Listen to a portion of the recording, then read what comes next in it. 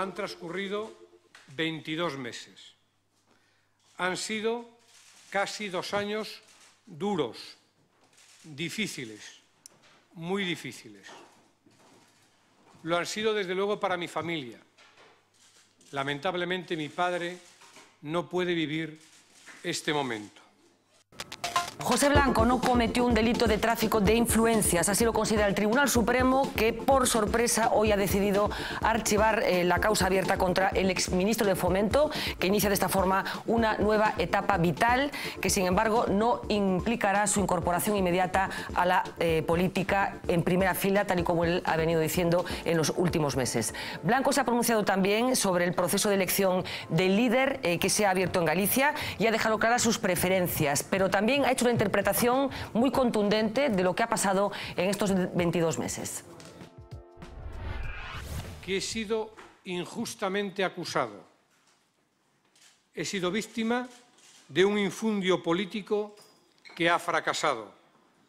Pero esto solo debería servir para que el infundio deje de ser un instrumento político. Bueno, enseguida analizaremos los detalles de esta trascendente noticia, pero la actualidad política y la memoria de la transición en Galicia se han teñido en esta jornada de luto. Esta madrugada fallecía en A Coruña Anxo Guerreiro, geluco, histórico militante del Partido Comunista y una de las 16 personas que redactó el Estatuto de Autonomía de Galicia. Apabullantes las muestras de cariño hacia la figura de Guerreiro y la consideración de sus aportaciones a la democracia y a la autonomía de Galicia. Así hablaba de él para Vía V esta tarde el expresidente Emilio Pérez Touriño. Un loitador inquebrantable, ¿no? Dende o primeiro minuto de mozo hasta o último momento da súa vida. Alguén que nunca lle deu as costas, lle virou a vida a querer transformar o mundo, a querer cambiálo, en querer melloralo. Un optimista comprometido, ¿no? Geluco sempre foi eso. Bueno, enseguida vamos a escuchar más testimonios de las personas que compartieron militancia o no con Geluco Guerreiro, una gran persona, según la conclusión a la que llegan todos los que lo conocieron. Manuel Lago, moi boa noite. Ti fuches un deles. Sí, eu pasei moito tempo con Geluco Guerreiro como amigos, pero tamén e sobre todo como militantes de Esquerda Unida, non? Para min Geluco Guerreiro además un amigo, un maestro, un mestre político e é, sin ninguna dúbida, o principal dirixente político da esquerda en Galicia, en fin, dende os anos 70, non? Eu creo que o país perde hoxe, en fin, unha persona enormemente relevante e sin a cual non é posible entender a historia recente do país e, sobre todo, da esquerda dos últimos 40 anos. Roberto Lago Valdés, muy buenas noches. También conocías mucho a Geluco. Sí, yo milité en el Partido Comunista y con él, y tuve mucho trato con él. Yo creo que empecé a tener trato con él a los 17, 18, quizá 19 años, y he sido amigo de él desde entonces. La verdad es que yo estoy muy dolido, muy apenado, porque creo que la pérdida es una pérdida grande para el país. No, joven, además, porque Geluco tenía 67 años. 67 años. 67 él era una persona muy especial. Era una persona muy especial en el sentido de que era un individuo que se dedica toda su vida a la política, su vida era la política. Disfrutaba de la política. Y era un individuo que esto no tenía ambiciones políticas. Esto es lo más sorprendente de su vida, ¿no? Es decir, era un individuo que no hizo otra cosa en su vida que política, básicamente que política, y no carecía absolutamente de ambiciones políticas, lo cual, visto en el contexto de hoy, resulta absolutamente llamativo, ¿no? Yo creo que esta aparente contradicción es la que mejor define su manera de ser y su trayectoria. Muy interesante el análisis. Lourenzo Fernández Prieto tamén coñecía a Geluco. Sí, coñecía. Empecé a coñecelo na transición lendo La Voz de Galicia, porque estaba sempre ali, cando eu era un infante casi prácticamente. Despois coincidín con el nos tempos do Parlamento, cando estaba con Camilo tamén. Despois coincidín con el en Radio Voz. E a verdade que, bueno, eu tengo moita estima, e o primeiro que me gustaría decir, que xa debía decirlo antes, é que, en fin, as miñas condolencias para a súa muller e é unha pena e además é unha perda, ¿no? Porque é unha persona nova e que efectivamente reúne esas características. E que seguía aportando cousas ao discurso político. Seguía aportando porque efectivamente era dunha raza que non está en extinción, espero, pero era dunha raza bastante única, ¿no? Que se acaba de describir moi ben, é dicir, non había ambición material, había ambición non por ser, sino por facer. E iso levaba a estar constantemente, é dicir, nos últimos anos que o escuitábamos como cronista, facía programas na radio, na televisión, escribía. Unha voz estupenda, tiene. Sí, pero él sempre estaba analizando, pero a mí facíame gracia, verdad, porque estaba analizando, pero parecía que estaba facendo unha proposta, un programa político, o sea, él decía, explicaba o que tiñan que facer, xa non o podía facer el, xa non podía decirlo no Parlamento, xa non podía dirixir un partido, pero lle decía ao mundo como había que construir o partido, como había que construir o país, como había que construir... E nese sentido, é unha persona, eu non me gusta decir nunca de irrepetible, ¿no? Porque efectivamente confío en que seña repetible, é dicir, eu confío en que a imaxe sirva para algo. Eu teño unha anécdota del que moi brevemente me gustaría contar, que cando eu lle preguntaba polo pasado, de vez en cando que coincidíamos, me contou unha experiencia singularísima que explica moi ben o que era él e o que foi a transición, ¿no? E era cando se reunía cos vellos comunistas, os novos e os vellos, é dicir, os estudiantes de Santiago e os vellos da comarca que estaban pegando tiros 20 anos antes. Entón se reunían nun monte enteo, a finales dos anos 60, e el tiña que convencelos de que non había que volver a pegar tiros, é dicir, que había que construir a democracia, que aquelo xa pasara, pero claro, que significa isto? Que ele estaba falando con xente que fixera guerra e que estuvera na guerrilla.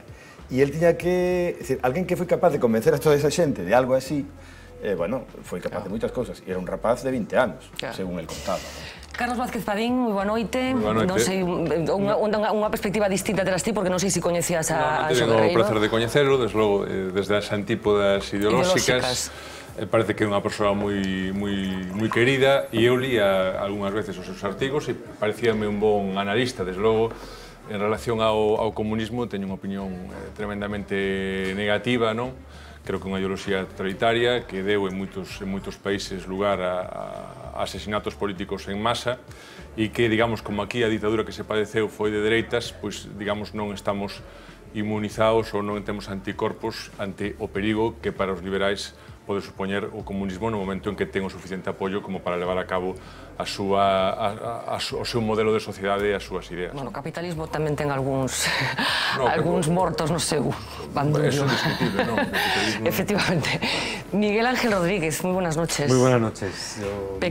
Mi conocimiento era profesional. De Gelo era absolutamente profesional, sobre todo en su faceta como parlamentario y como político. Es absolutamente cierto que yo nunca lo vi envuelto en ninguna batalla de poder, ni dentro de su organización ni dentro del grupo parlamentario, y también es cierto que su talla como parlamentario, su dialéctica en el Parlamento y de tal, bueno, pues deja un vacío difícil de recuperar. Ojalá se recupere. Y se echa de menos, incluso teniendo en cuenta... Sin lugar a dudas, era una persona con una dialéctica impresionante. Hay un cuadro de... Es que me lo estoy imaginando ahora, que no sé si recordáis que el equipo Crónica, que era un equipo de pintores, ¿no? Aquel equipo que transformaban y retocaban cuadros clásicos, por ejemplo, las Meninas de Velázquez, hacían cosas...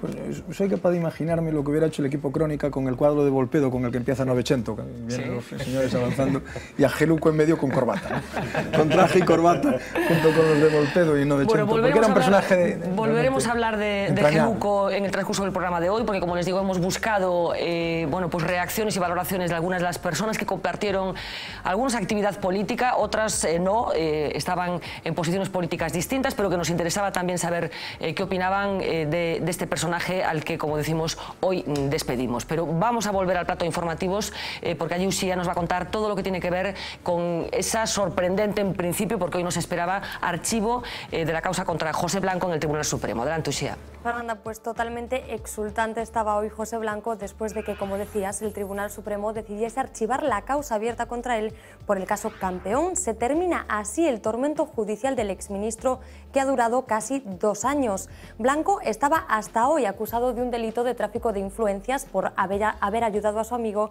el vicepresidente de Azcar, José Antonio Orozco, a conseguir la licencia que necesitaba para construir una nave cerca del aeropuerto del Prat. Hoy la Sala de lo Penal concluye que Blanco no ejerció ninguna presión en favor de ese empresario. El actuar que se incrimina, mediar para convenir una entrevista entre un alcalde y un particular que actúa en interés propio de una empresa, sin sugerir ni ofrecer una alteración de la resolución en los términos que se señalan en la jurisprudencia, no cubre la tipicidad del delito objeto de instrucción judicial, por lo que procede estimar la apelación respecto al delito de tráfico de influencias. En consecuencia, el alto tribunal no pedirá al Congreso el suplicatorio contra Blanco necesario para poder juzgar al exministro, que tiene inmunidad parlamentaria. Es una decisión con pocos precedentes en el Supremo, que deniega así la solicitud que en ese sentido hizo el juez instructor del caso Campeón. Se cierra definitivamente la causa de José Blanco. Han sido casi 2 años duros, difíciles, muy difíciles. Esto ha concluido, a Dios gracias. La verdad se ha abierto camino y siempre he tenido el convencimiento que quedaría meridianamente claro que las acusaciones que se me habían hecho habían sido total y rotundamente falsas. José Blanco comparecía esta tarde en el mismo lugar en el que lo vimos la última vez. Entonces, en marzo de este mismo año, convocaba una rueda de prensa después de que la Fiscalía solicitase al Supremo el suplicatorio para imputarlo formalmente. Mismo escenario y mismo protagonista. Si el juez decide dictar un auto de apertura de juicio oral, reitero que en ese momento haré lo que debo hacer, lo que creo que se debe hacer. Presentaré mi renuncia como diputado. Los problemas de Blanco con la justicia comenzaron en la ya famosa gasolinera de Guitiriz, un largo proceso en el que el exministro ha llegado a estar acusado de cohecho, prevaricación y tráfico de influencias. Los problemas de José Blanco con la justicia comenzaron en octubre del 2011. El principal acusado del caso Campeón, el empresario Jorge Dorribo, declaró que había sobornado al entonces ministro de Fomento en una gasolinera de Guitiriz. La causa acabó en el Supremo por la condición de aforado de Blanco. El ministro compareció voluntariamente como imputado el 26 de enero del 2012 para responder a los presuntos delitos de cohecho, prevaricación y tráfico de influencias. Dorribo también había acusado a Blanco de haber recibido dinero del vicepresidente de Azcar, José Antonio Orozco, para pagar y reformar su chalet en Las Rozas en el 2006. La unidad de delitos financieros lo investigó, pero no obtuvo resultado. Las acusaciones fueron perdiendo peso y las imputaciones por prevaricación y cohecho fueron retiradas. El Supremo se centró entonces en el tráfico de influencias, en el que, según la Fiscalía, Blanco habría incurrido en 2011 tras interceder por Orozco ante el alcalde de Sant Boi de Llobregat para la concesión de licencias de una nave industrial cerca del aeropuerto del Prat. Esta es la causa que hoy archiva el Supremo. La gasolinera y su supuesto encuentro con Dorribo, el chalet de Las Rozas y las licencias en Sant Boi de Llobregat son las 3 patas en la acusación que han perseguido a José Blanco y de las que ha logrado salir indemne casi 2 años después. El primero en mostrar hoy su alegría nada más conocer la noticia ha sido Alfredo Pérez Rubalcaba.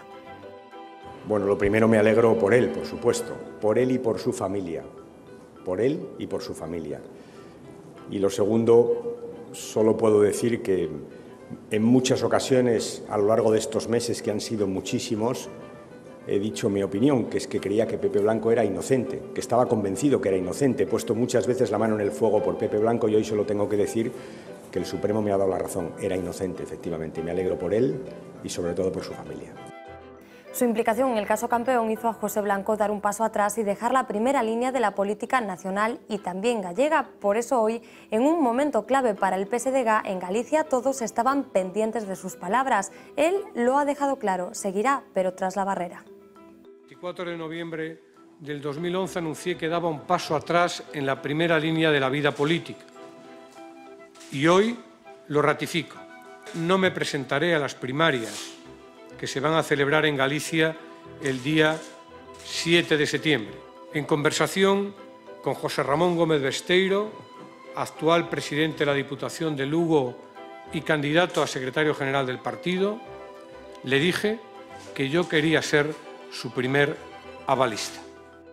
Escucharemos a lo largo del programa todas las reacciones a la que es sin duda una de las noticias del día en nuestras redes sociales. Hablamos ya de José Blanco. Pues de José Blanco empezamos a hablar en la red y más bien en nuestras vías de comunicación. Si lo queréis hacer en Twitter, solo tenéis que escribir @Blanco vía V, fue la etiqueta que creamos para esta noche, pero ya sabéis que también podéis opinar en Facebook o que nos podéis mandar un email a viav@vtelevisión.es. Como cada noche, y lo digo siempre, estamos en directo y vuestros comentarios aparecerán en la parte de abajo de vuestras pantallas. Fernanda.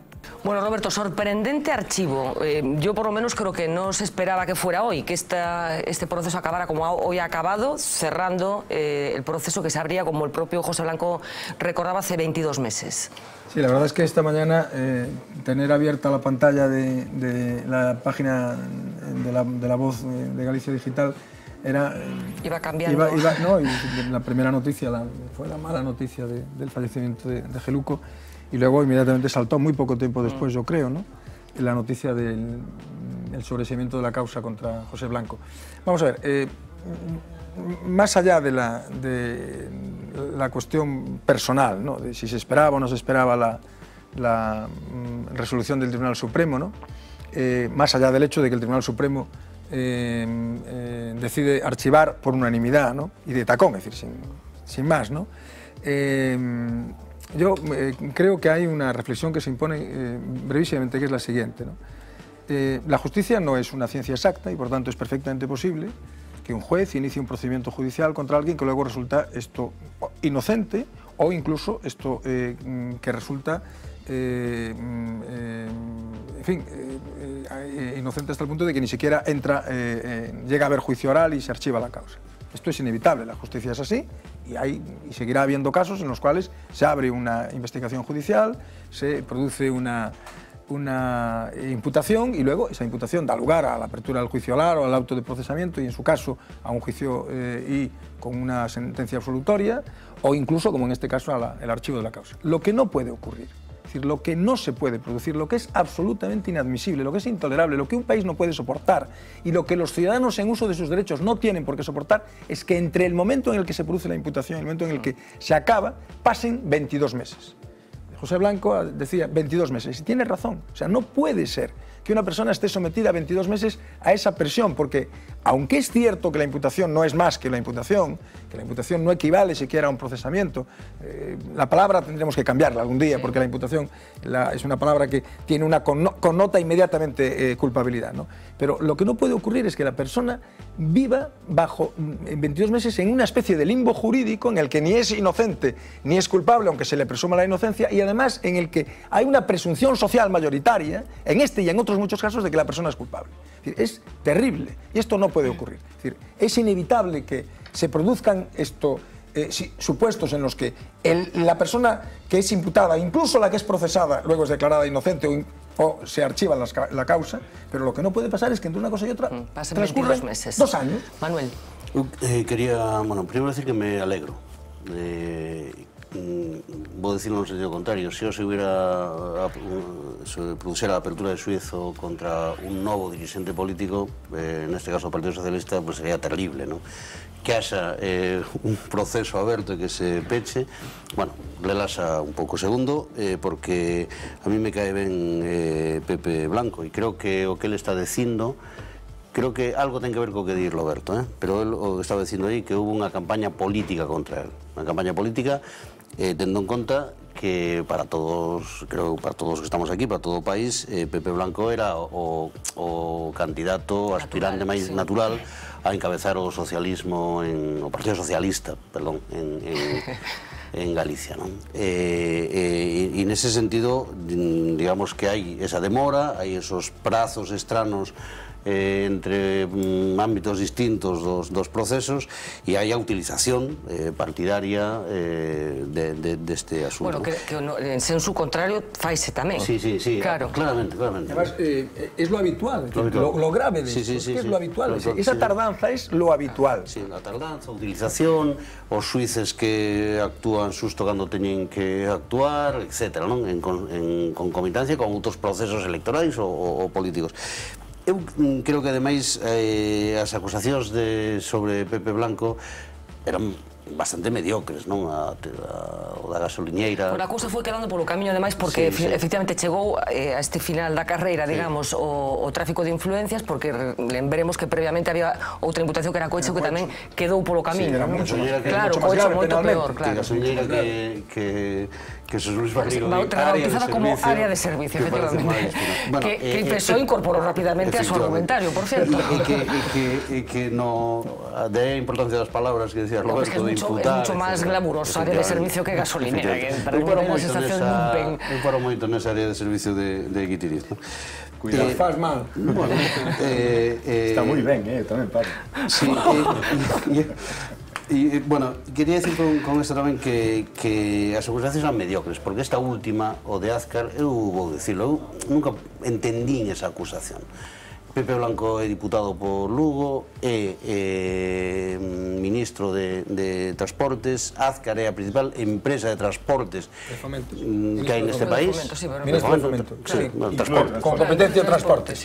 Azcar é a principal empresa deste país e é de Lugo. Esta é unha empresa que quere invertir do seu peto, non era unha subvención, do seu peto, millóns de euros en Cataluña, que agora, porque se fixo, dá emprego a 400 persoas, e a acusación que tiña Pepe Blanco é que ante unha queixa formal da maior empresa deste país, de transporte, de España, neste caso, que ten dificultades para que se lle transmite un documento, o ministro pregunta que pasa con ese documento. Eu creo que esa é a obligación do ministro, o traballo do ministro, non?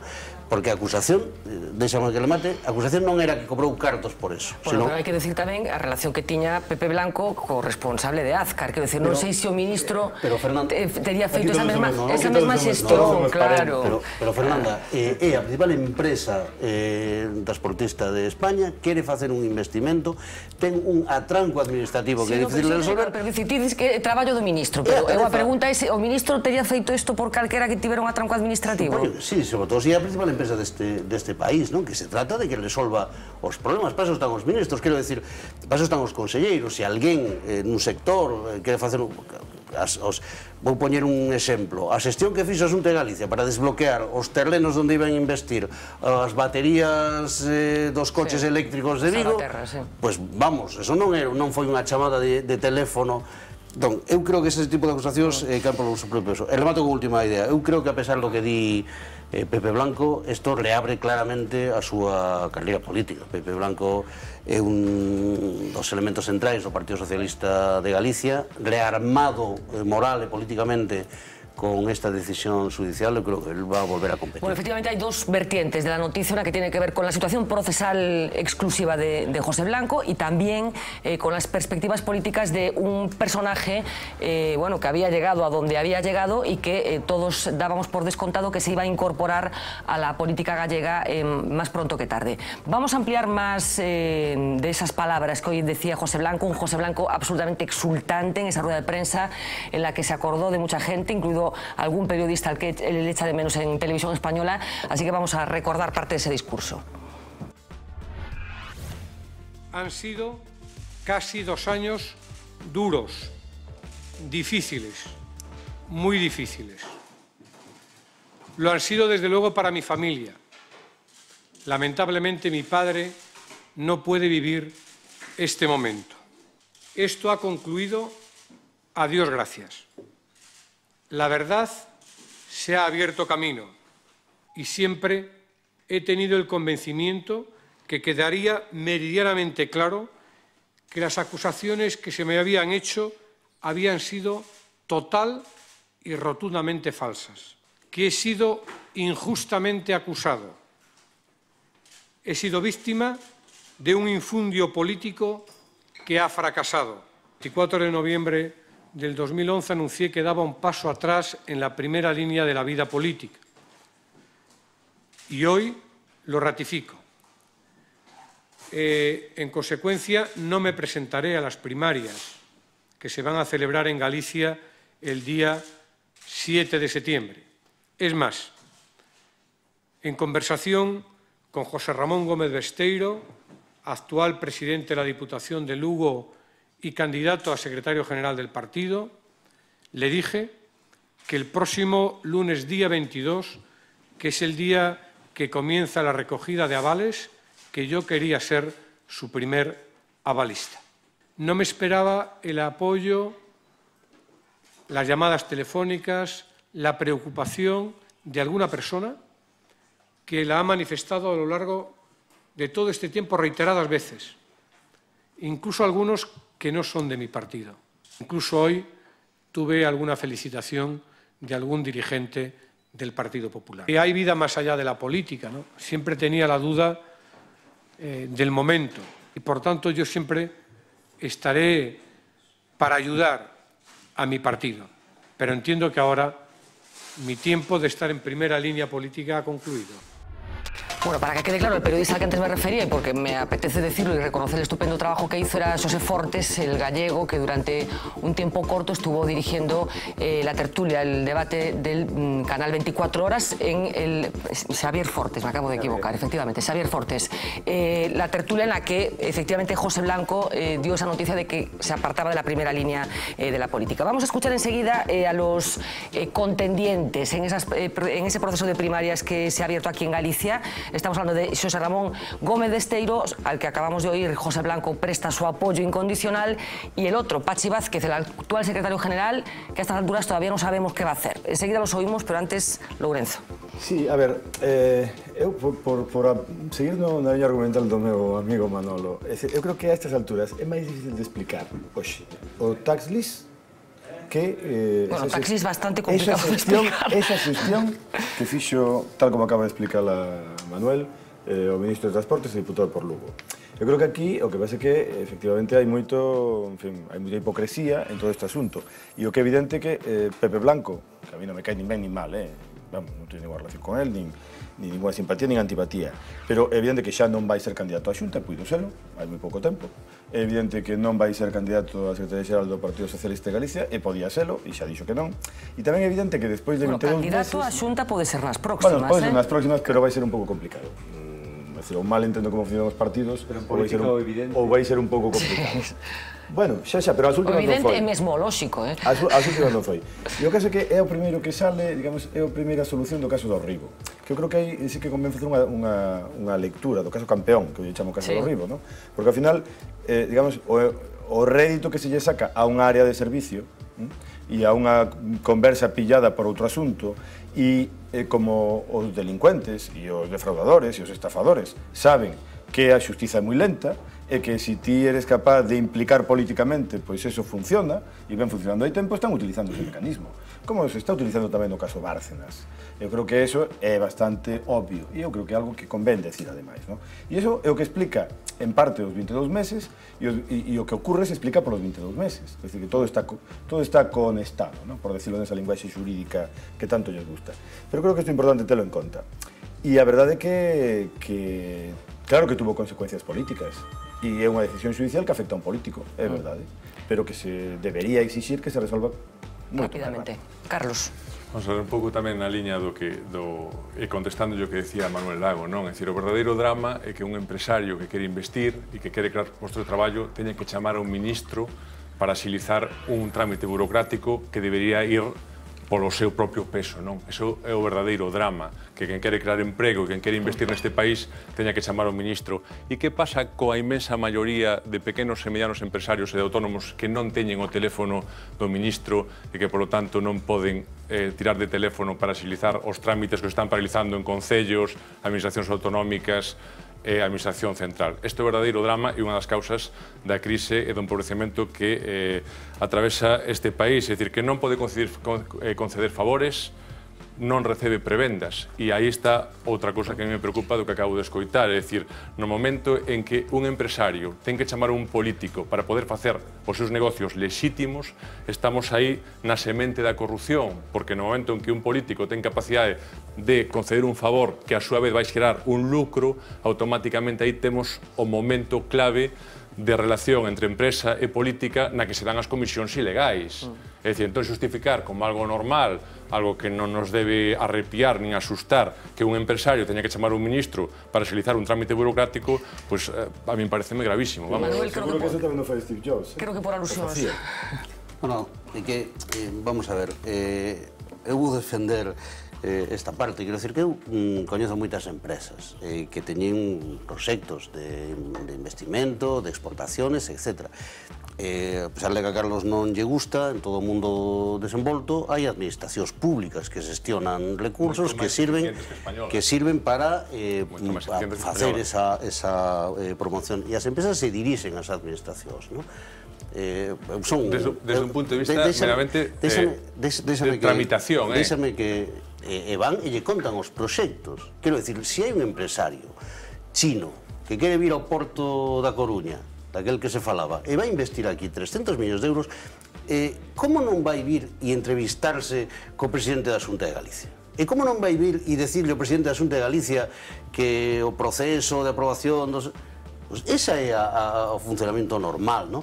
Sí, deixa que le mate. É certo que como estamos vendo o que se ve todos os días, pues esa relación entre a administración e as empresas que van con proxectos lóxicos e normais a falalos e a negocialos ca administración, que ten esas competencias e para eso os pagamos, enseguida se manchan, se ensombrecen con sospeitas.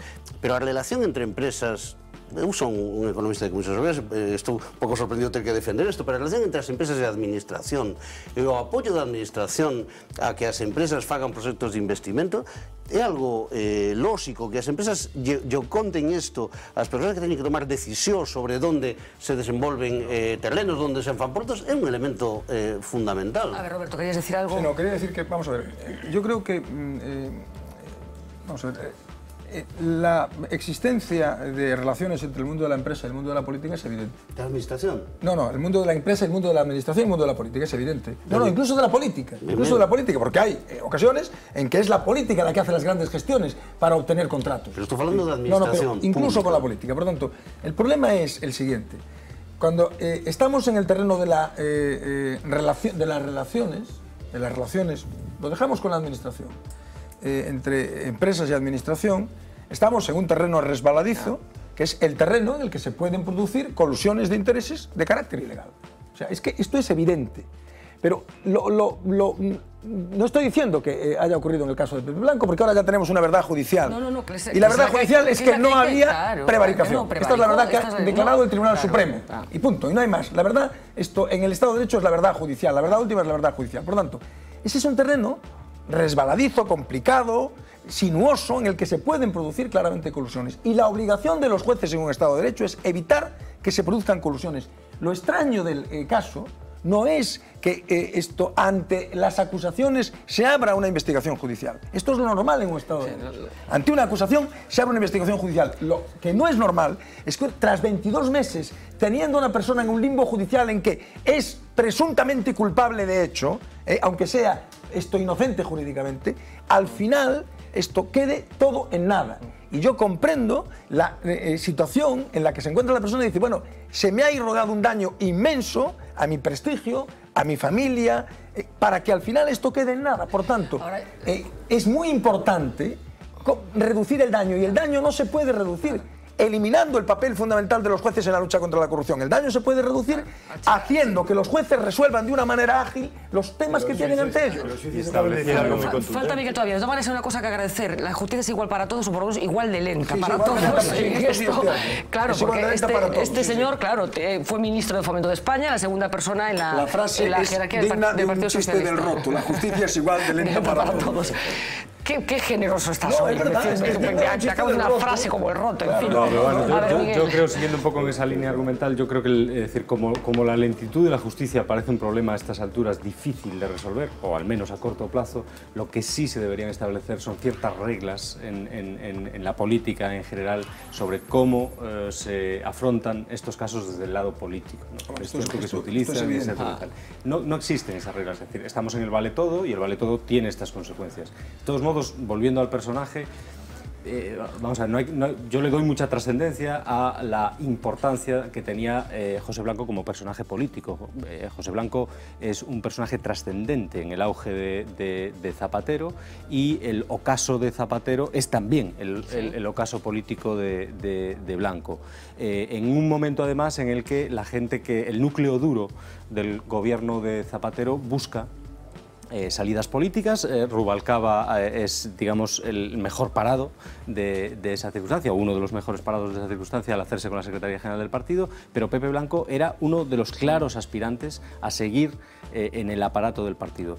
Las consecuencias que trae un caso como este, al margen de las personales, al margen de tal, es que la figura política de Blanco, al menos en Madrid, al menos en el aparato estatal, está absolutamente... descontada. Exactamente. Claro, sí. Entonces, a mí lo que me interesa es el futuro político que realmente pueda tener Blanco. De todas maneras, no enterremos al personaje políticamente hablando, porque el personaje probablemente tenga muchas vueltas. Y hay un hecho muy significativo, es decir, la frase de su rueda de prensa de hoy, que me imagino que está absolutamente medida y meditada, no sé si tenía plan A y plan B o solamente tenía plan A, pero seguro... Tenía plan A, plan B y plan C, seguro. Bueno, pues el plan que hoy le ha tocado, es muy curioso observar cómo en la misma frase en la que contesta a que no me interesa seguir en el primer plano de la vida política, en la misma frase dice, y lo primero que he hecho es llamar a Besteiro para decirle que el lunes quiero ser el primero en firmar. Lo cual sigue demostrando también su peso político, porque al final lo que hiciera José Blanco tiene importancia, al menos aquí en el PSDG, porque efectivamente todo el proceso judicial contra el exministro de Fomento, yo no sé si precipita, pero a lo mejor también facilita bueno, pues esta guerra un tanto caínita que se ha desatado en las filas de los socialistas. Sabemos que José Ramón Gómez Besteiro hace tiempo que dio un paso adelante y que dijo que sí, que él quería ser secretario general de los socialistas gallegos. Más opaca está siendo la estrategia del actual responsable del PSDG, estamos hablando de Pachi Vázquez. Escuchamos primero al actual presidente de la Diputación de Lugo. Estou feliz por él, por José Blanco, estou feliz pola súa familia e estou feliz tamén polo partido, non?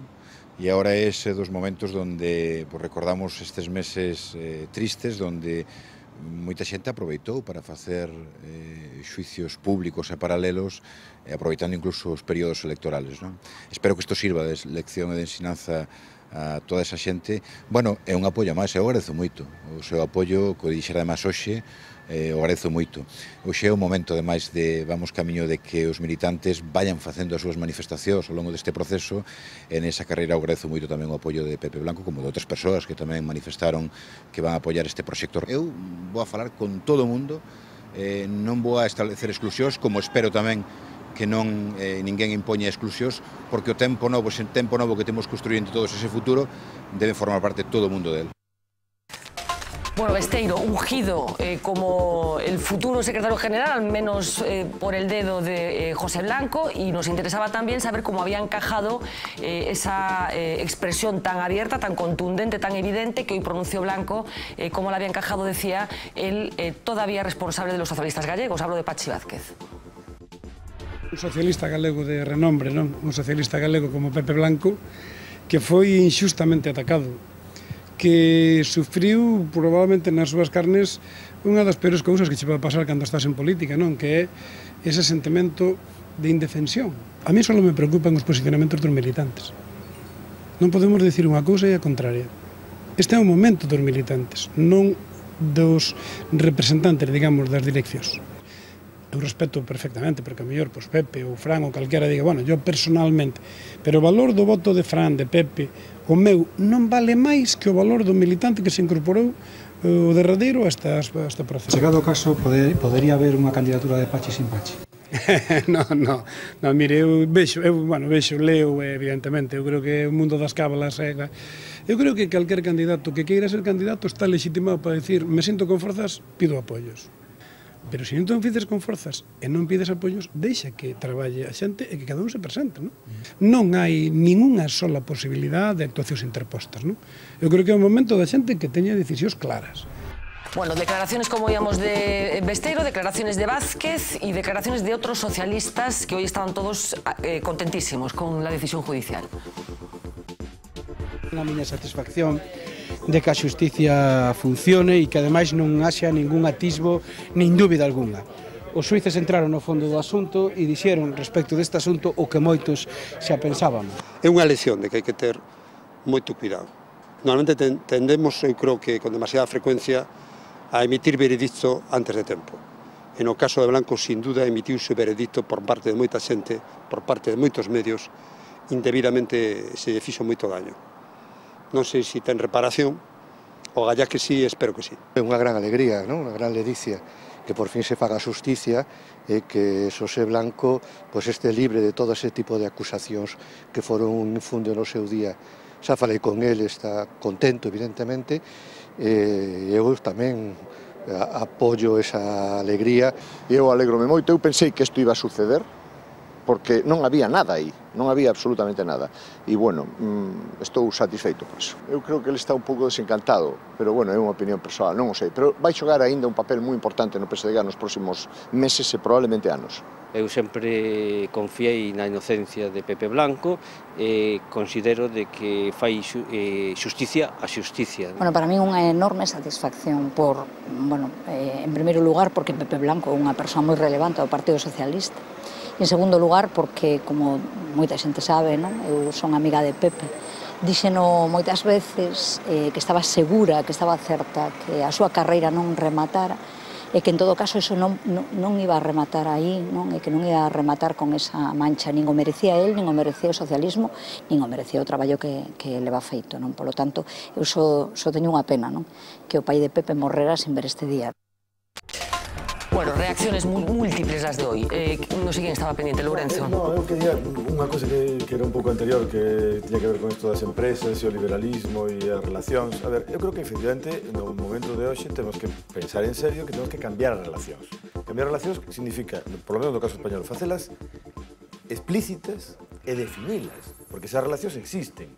E o lobismo é algo propio de calquera sistema liberal e dos máis liberais, canto máis liberal, máis lobbies hai. Pero o lobby é algo que está regulado, se sabe como funciona.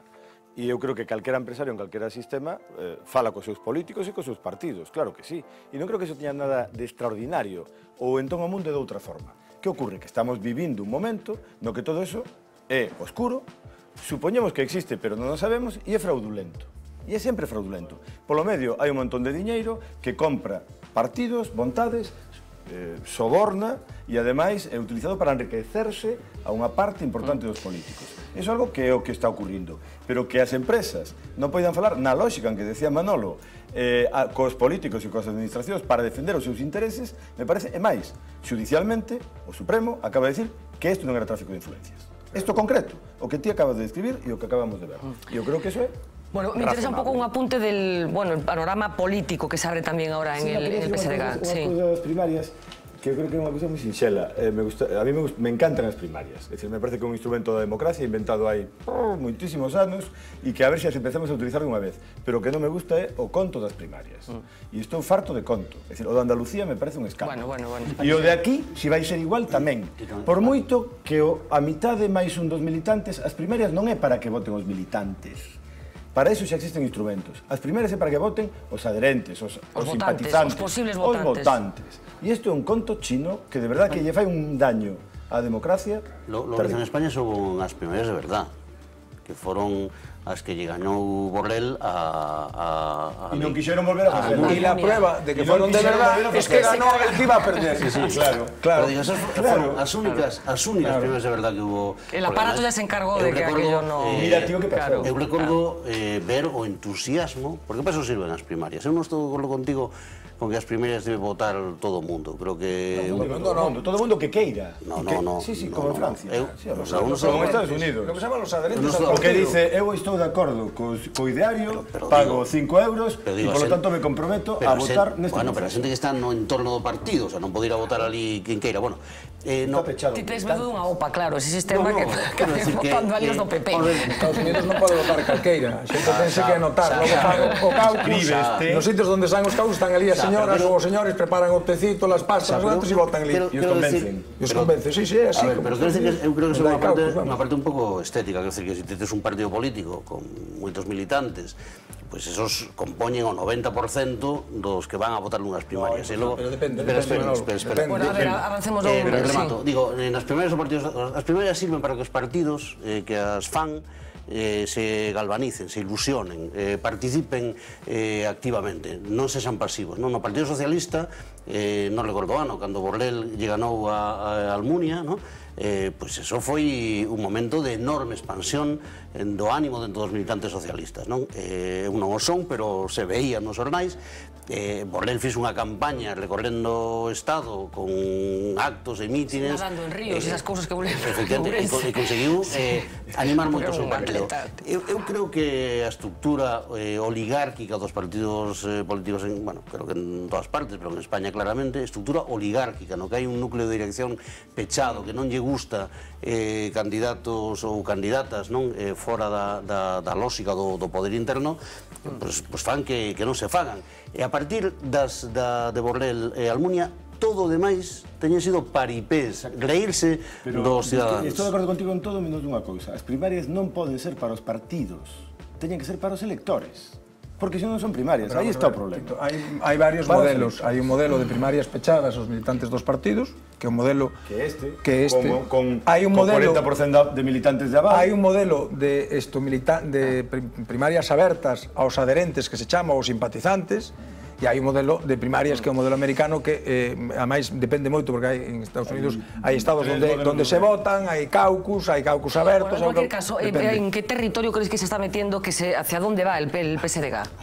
Vamos a ver, yo, que no he hablado todavía de ese tema de la significación o las consecuencias del sobreseimiento del archivo, para decirlo en términos técnicos exactos, de las actuaciones contra Pepe Blanco.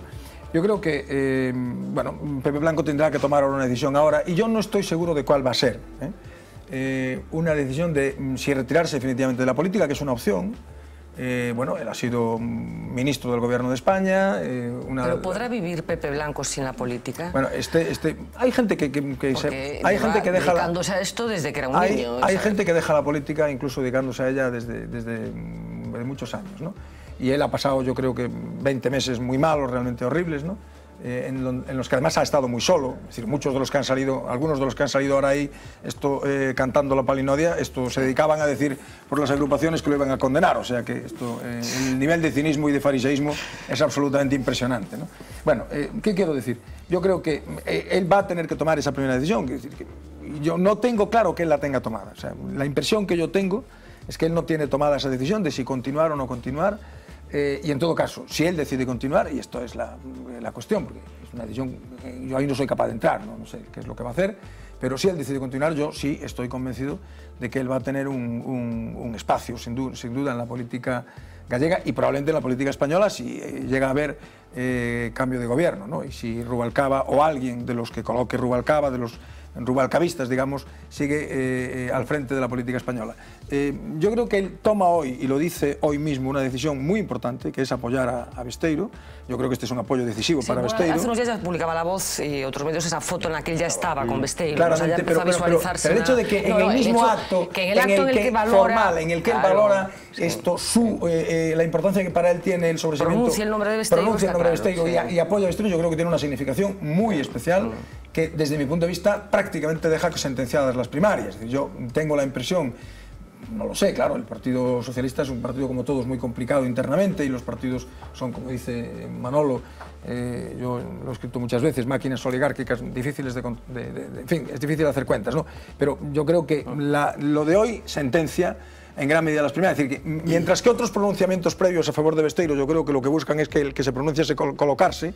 En el caso de Pepe Blanco, yo creo que claramente inclina la balanza a favor de Besteiro. Roberto, que entre la decisión personal que Pepe Blanco tenga sobre su propio futuro político y la realidad, lo único que estaba en medio era la decisión que él desconocía, que a todos nos sorprendió que fuese exactamente hoy, porque se esperaba mucho más tarde y tal. Pero llega a tiempo, es decir, hablábamos de la lentitud de la justicia. Fijaos que la lentitud de la justicia del Partido Socialista Gallego es exactamente igual. Es decir, hace 22 meses el Partido Socialista de Galicia estaba en una situación muy parecida a la que está hoy, por lo tanto llega a tiempo. Blanco de tomar esa decisión. Llega a tiempo de tomar esa decisión. Presentarse a las primarias. Podría incluso presentarse a las primarias. En teoría, no, Y nada le impide con Besteiro en la Secretaría General ser candidato a la Xunta de las próximas elecciones. Claro, aunque no sea secretario xeral. Aunque no sea secretario xeral, incluso.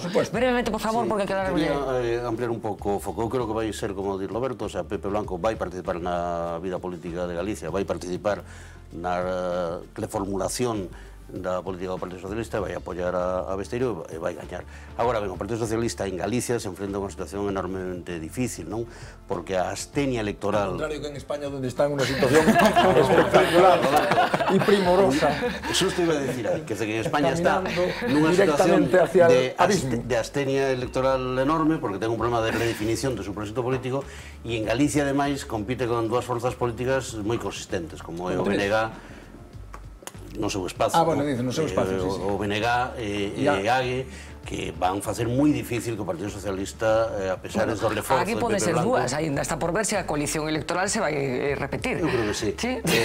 Con BNG e AGE, que fan moi difícil que, aínda que Pepe Blanco poña toda a súa inteligencia no proxecto de Besteiro, vai ter dificultades para recuperar... A ver, Carlos, non faltas tú, por favor, brevedad, que quero pasar a outro tema. O perfil biográfico non son capaz de ver a que outra cousa se podería dedicar Pepe Blanco que non fose a política ou a estar colocado en algún dos consellos de administración de algunha das empresas nas que posiblemente recibira unha chamada para axilizarlle algunha cousa, non? Porque é o clásico perfil de persoa que se dedica a política desde os 20 anos, incluso teño entendido que non é capaz de rematar a carreira de Dereito, na que coincido con Feijóo, como tantas veces ten comentado, que lle pasamos apuntes. Non é capaz de rematar a carreira, o cual non invalida para moitas cousas, pero é certo que se dedica exclusivamente a política desde moi novo, e non entendo que máis valía pode ter en algún outro tipo de profesión a persoa xa da súa idade que só estivo na política, non? Aínda que, efectivamente, si creemos que as relacións entre empresas e políticas son boas, son naturais,